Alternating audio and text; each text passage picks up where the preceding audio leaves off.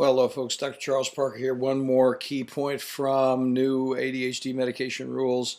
And this one has to do with a word that isn't really on everybody's tongue. It's not something you run around talking about at dinner parties, but the key word is metabolism. It's how the body burns medication.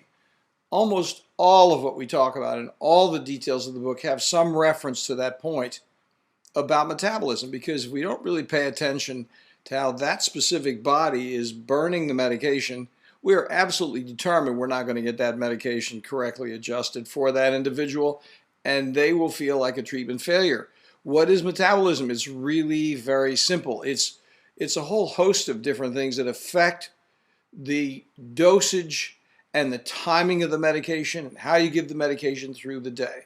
It's really the burn rate, for want of a better term. It's the burn rate.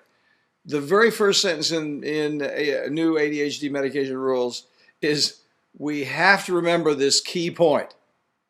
The meds have to pass through the body to get to the mind. So often overlooked. I mean, is that common sense or what?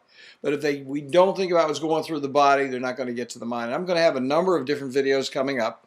They're going to talk about issues like immunity and specific. We already talked about genetics, 2D6. If you look over on the 2D6, that's a liver pathway that can change dramatically how the medications are burned.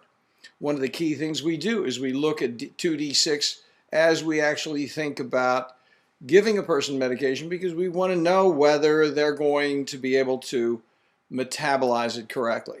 So we have to have this one key point in mind. Metabolism matters.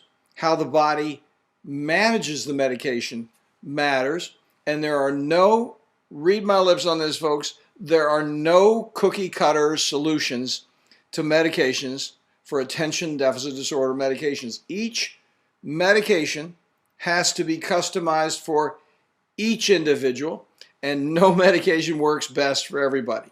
Now, having said that, I'm going to give you one little flyer. In my clinical experience, and I have this documented from Mary Salanto, Stimulant Medications and ADHD. The bottom line is the Mary Salanto book, and it'll be referenced down here so you can take a look at that.